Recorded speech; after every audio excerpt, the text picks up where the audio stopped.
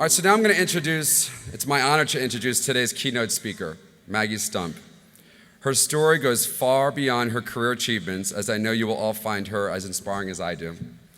While a senior managing director at Prudential Financial and chief investment officer at Quantitative Management Associates, Maggie underwent a very public male-to-female transition. Chronicled in Adam Geller's award-winning article, Call Me Maggie, Maggie's story is a rare and inspiring example of the challenges of transitioning as a client-facing business leader in a traditionally masculine industry. Maggie is currently senior advisor for QMA, a $100 billion investment management subsidiary of Prudential Financial that she helped found. Her organization's clients include large corporations, endowments, public entities, as well as individual investors. She has published numerous articles and publications, including the Financial Analyst Journal, the Journal of Portfolio Management, and the Journal of Investment Management. Maggie has appeared on CNBC, and her research opinions have been covered in publications ranging from New York Times and the Wall Street Journal to Newsweek and Forbes magazine. Maggie holds a master's and PhD in economics from Brown University. She is a member of the research committee of the Q Group in Finance, the program committee for the Journal of Investment Management Conference Series, and is also a member of the CFA Institute, the CQA, the New York Society of Security Analysts, Executive Women of New Jersey, and the Financial Women's Association of New York. And with that, ladies and gentlemen, please help me welcome Maggie Stumpp to the podium.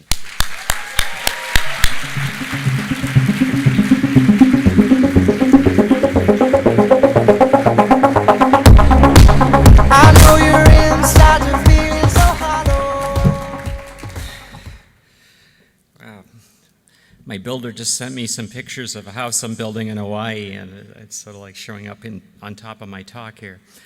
Well, thank you so much for that, and thank you for having me here. As you all know, trans folks are a small portion of this community, and I really appreciate the fact that you've allowed me to talk and to present to you here. I was trying to think about what to talk about, and I'm going to try something different, so I hope this works. What I'd like to talk about is not about trans politics, not about my coming out story, but I want to talk to you about careers. 2 years ago, I went to our CEO, and I told him that I wanted to step down from the CIO role. I'd been CIO for over 20 years, and as Eric told you, I helped build the organization from a few $100 million in assets to over $100 billion today. Now, you hear a lot of big numbers. $100 billion roughly is half the size of Israel's economy or half the size of Ireland's economy, so it's a pretty big number. Yeah. I haven't checked lately. But it's an important position, and if we screw up, a lot of people lose a lot of money. And over the years, I saw the firm through a lot of nasty bear markets. There was the crash '87, the growth stock meltdown, and the most recent bear market, which, if any of you had been in the trenches, was one of the most frightening things I've ever seen in my life. Had some people not done the right thing, we would not be here talking today. But I decided to step down because I feel that one of the worst things an organization or a person can do is to become ossified. It's really ironic, having seen the spectacle in Washington last week, that clinging to power is really a sign of insecurity, and real power is the ability to define what you do. And so I felt that it was time for a younger person with more energy, new ideas to take my place. So after a 2-year search for a successor, I finally get to breathe this year. Sort of the quote Miles in Risky Business, sometimes you have to say, what the fuck?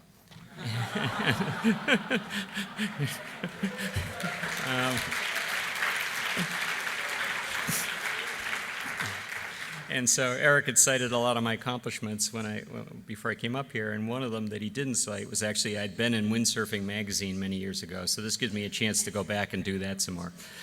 But I also think it's time for me to pass on the flag to someone else regarding transgender people in the workplace. You had a great session here today with some really talented people. So I hope going forward you're going to hear from people who are in the trenches and not from the old guard. So I think that that's very important. Nonetheless, I've spent a decade trying to demonstrate to people that gender presentation has nothing to do with professional capabilities, and it's been hard. It's meant always doing a little better than anyone else in the job, primarily because I was a public face of our firm and everybody was watching. That makes life really hard. But I do think it's time for you to hear from people in the trenches. So this is the last time I'm going to talk about this subject. Besides, I'm much more comfortable talking about performance of low beta stocks than 3-moment CAPM distributions and stuff like that. So rather than talk about trans politics, let me start with talking about careers. And I want to start and talk about what I think is really important in a career. So I'm going to pick on a couple of people. Maybe I'll pick on Eric and maybe Alexia. So if you stand up for a second, Eric and Alexia. So I'm checking out Eric. Eric's checking out me. And let's, for argument's sake, say Eric's married. He lives in California, right? So he's married. He's checking me out. I'm checking out Alexia. And Alexia, let's, for argument's sake, lives in Kansas, and she's not married. So here's the question for you folks. It's a math question. Is a married person looking at a non-married person amongst this group? So Eric's married, checking me out. I'm checking out Alexia. Alexia is not married. We've got 3 possible answers. A, yes. B, no. And C, can't determine because I didn't tell you what my status is. Think about it for a second. You guys can sit down. So over 80% of people that take this little quiz pick C, right? It's logical. You don't know what I do, so you can't determine because Eric's not looking at Alexia, so you can't really make it. But think about that for just a second, okay? Eric, suppose that I'm not married. Then Eric's checking me out. He's checking out a non-married person, so the answer would be yes.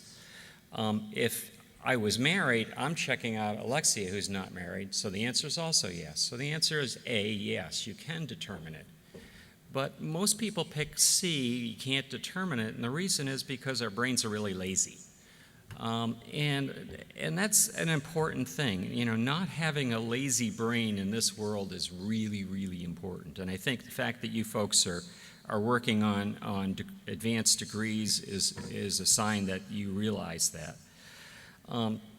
But keeping your brain in gear is important, and data is important. There's some statistics on, I can throw out all kinds of statistics, but one of them would be the number of books published in Arabic, all right? If you look at the number of books that are published in Arabic, which is a language spoken by 300 million people, there are less books published in Arabic than there are published in Greek, which is a language spoken by 15 million people. Now that's a statistic, but it's really important because it starts to give you some insights about why people hate. Because if they're not educated, the tendency to be able to be manipulated is higher, and you can be manipulated into hating. So data is really important. Keeping your brain around data is really important. All right, what else is important in a career? The next thing I'd like to talk about is skill versus luck. Spain has a national lottery. It's existed since the 1700s, so it's been around forever. The big prize is called El Gordo, the fat one. And every year around Christmas time, they pay out the prize, and you get to choose the number. Each ticket has a number, and you get to have one of those tickets if you contribute to the lottery. Well, in the mid-'70s, there was one guy who was searching for a lottery ticket that ended in the number 48. He was convinced 48 was going to win. He found a ticket with 48 at the end, and indeed he won. And so people asked him, well, how did you know that that was the number? And he said, well, I've been dreaming about the number 7 for 7 straight nights, so 7 times 7 is 48. So I knew I'd win. All right. Well, that's luck, okay?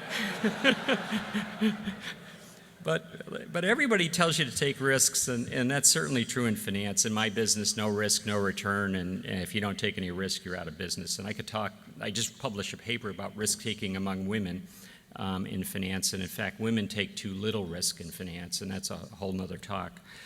But risk means that you're doing something, try as you might, you're not really sure you're going to accomplish. And I'd argue that, in fact, what you really search for is not taking risks, but acquiring skill. Skill changes the odds in your favor. The more skill you have, the less luck that you need. And, we had Tony and Darren up here a little earlier. Suppose Tony and Darren decide that they're going to forge their CVs. They're kind of jockey-looking guys. And they're going to run a race against Usain Bolt, right? You put them in the blocks, they start, they lose. You try it again, they start, they lose. Try it again, 100 times, they start, they lose. In fact, Usain Bolt's shoe could come off, he could put his shoe back on and still beat those guys. So the point is that skill trumps luck every time. And unfortunately for you and for me, the distribution of skill is steadily improving over time. If you look at the men's Olympic marathons, and you look back to 1932, between 1932 and today, the winning time has dropped by 28 minutes. And that's interesting. So the quality of runners has gotten better. But what's more interesting is the spread between the guy that finished first and the guy that finished 20th. In 1932, that was 40 minutes, so it's almost an hour between the winner and the next guy. Now it's down to something like, some tiny number, like 20 seconds or something. So the distribution has become really, really clustered. And in that world, skill is really, really important. It also brings up something called the paradox of skill, which is where as you get more and more skilled and the distribution gets tighter and tighter, luck does play a role because the distribution is so tight, there's very little spread between the good people and the sort of other good people. So luck can play a role there. But you need skill to get in the game. So my point is kind of obvious. You can be really excited about an opportunity, about a career, but you're going to fail without skills. And don't count on being lucky. And bullshitting is not a skill. I know a few folks in other firms that were competitors of mine, and the guys were really good at lunch, but when the rubber hit the road, they were out in a year. So that's definitely not the right answer. It was mentioned in the introduction, I'm on the Q Research Committee. The Q Group is an organization of some of the top quants in finance. I just came back from it, and they had the Nobel Prize winner this year, Bob Shiller, was talking at it. And I compete against these guys. So here I am competing against Nobel Prize winners, and how do you keep up with them? They're sort of the intellectual equivalent of Usain Bolt. And the answer is you got to really work hard. You've got to acquire skills. So I sit at my desk, and even though I'm sort of the boss, I'm writing computer code, I'm reading academic literature, I'm talking to people about new ideas and new theories. And if I don't keep at the cutting edge of what I do, I'm sort of going to be just becoming antiquated and out.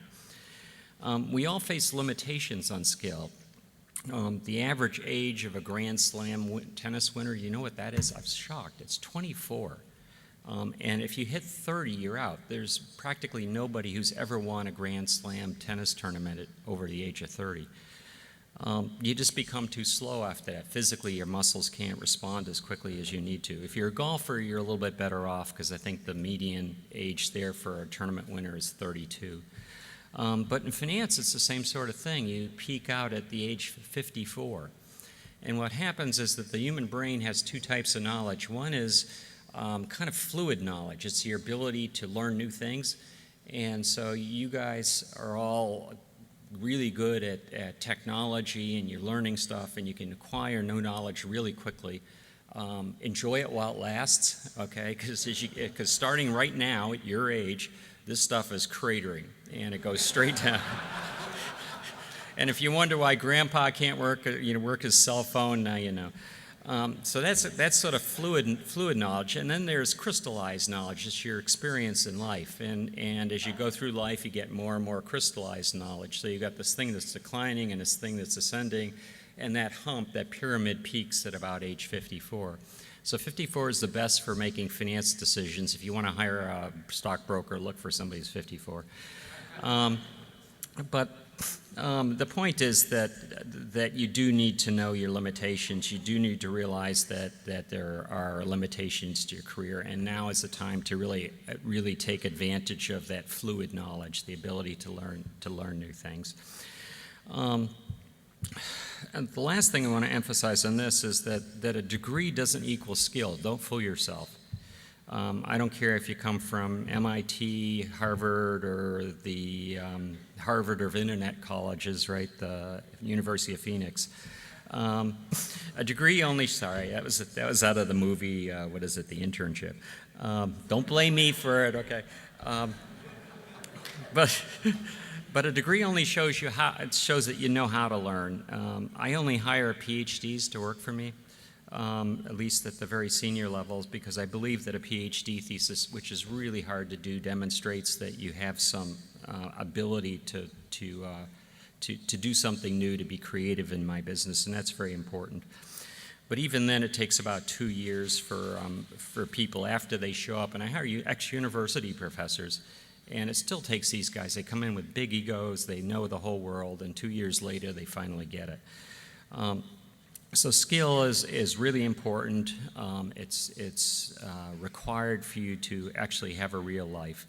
And be honest with yourself about this. If you screwed up in hardcore fundamentals, if you majored in rocks for jocks, it's time for an intervention. So, and the last thing is, don't ever mistake enthusiasm for skill. If you've ever had a bad massage or bad sex, you kind of know what I'm talking about.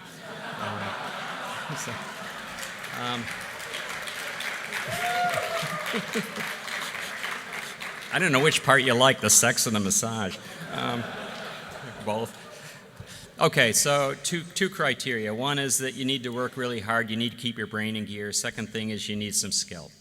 What's the next thing? The next thing is, I think, pretty obvious. You need a champion. And I'm going to talk a little bit about my history here.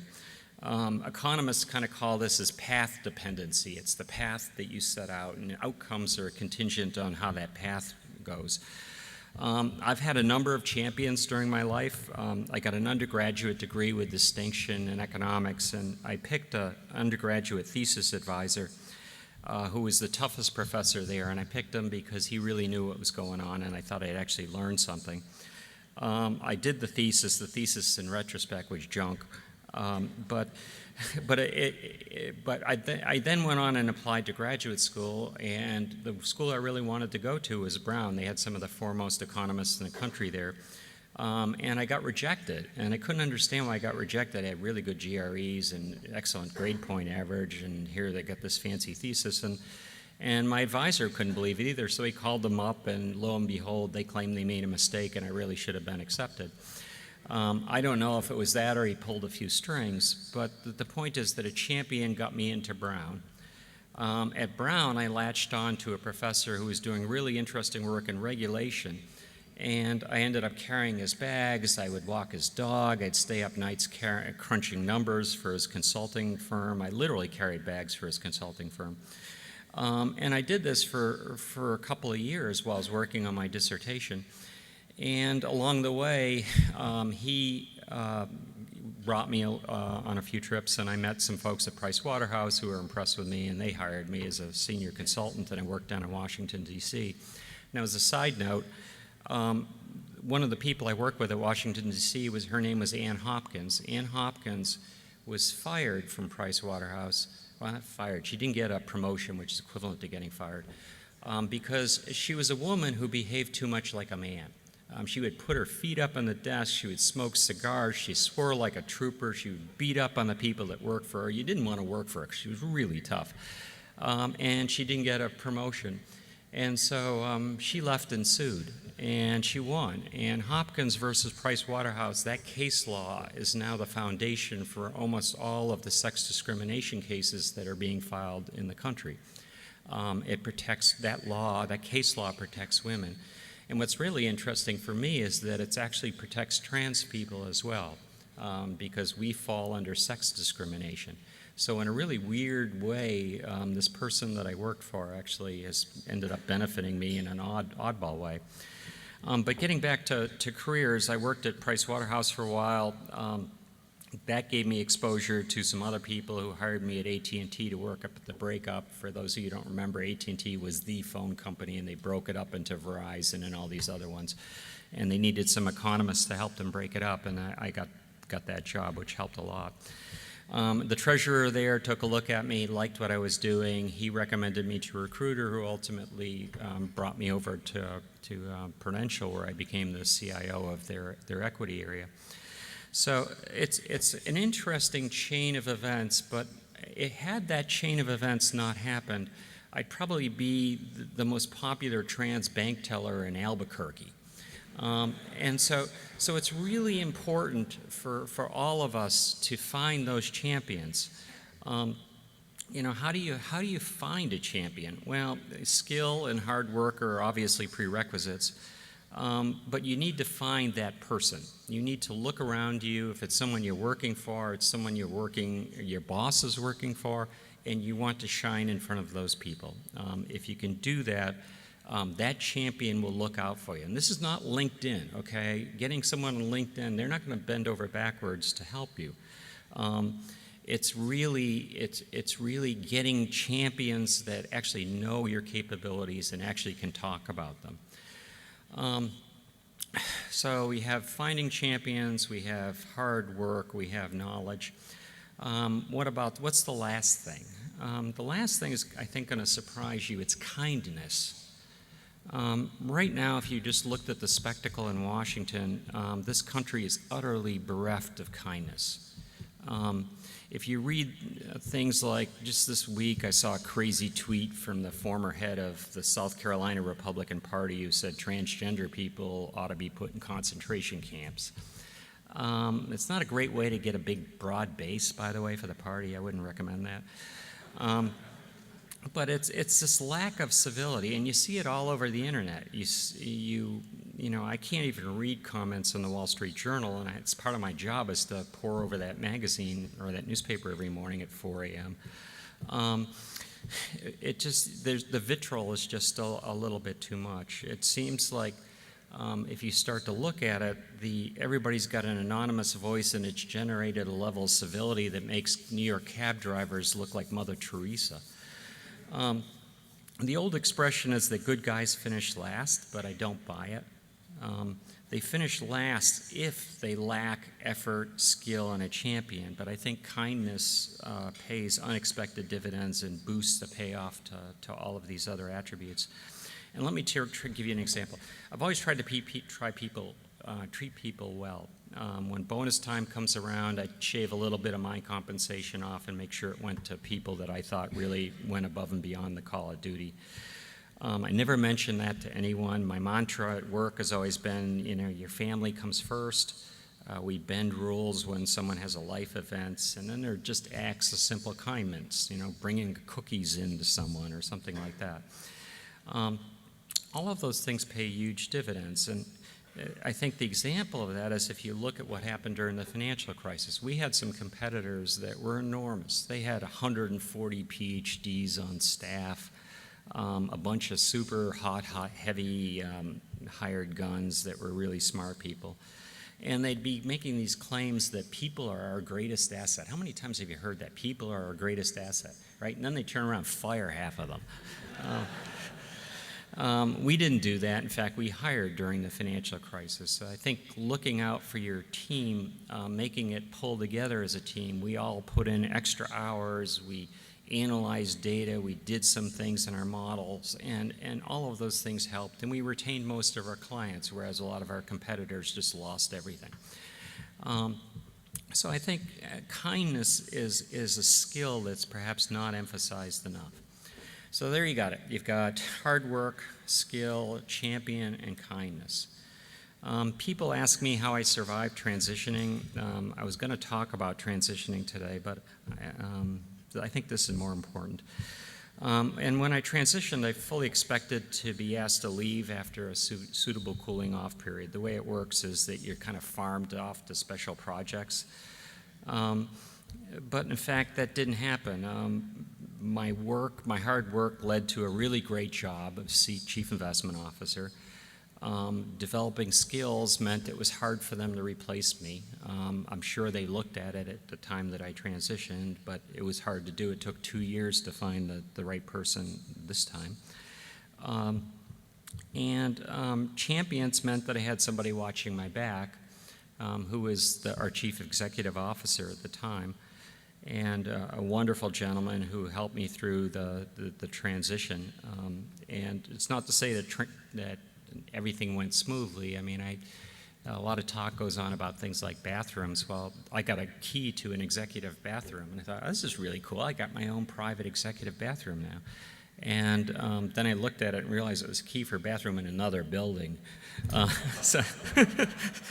So I'd have these meetings and talk about, billion-dollar mandates to invest, and I'd say, excuse myself, I have to get my coat to go to the bathroom. So it's never perfect, but it did work pretty well. So I had champions that helped, and then kindness was important because I treated everyone well who worked with me, and they returned the favor. When I transitioned and went out for surgery, I got letters from virtually everyone that I knew, and they were all genuinely heartfelt and really heartwarming, and something I'll always cherish. So those are the keys to what I think are a successful career, and also one that you can live with. As far as which one's more important, I really don't know. I'll let you guys be the judge. Let me just say this, that I suppose Donald Trump works really hard, and some people might think he has some skill. He certainly hasn't got any taste. But I'm pretty sure if he had transitioned, they would have thrown him under the bus. So thank you very much. I appreciate it. Thank you.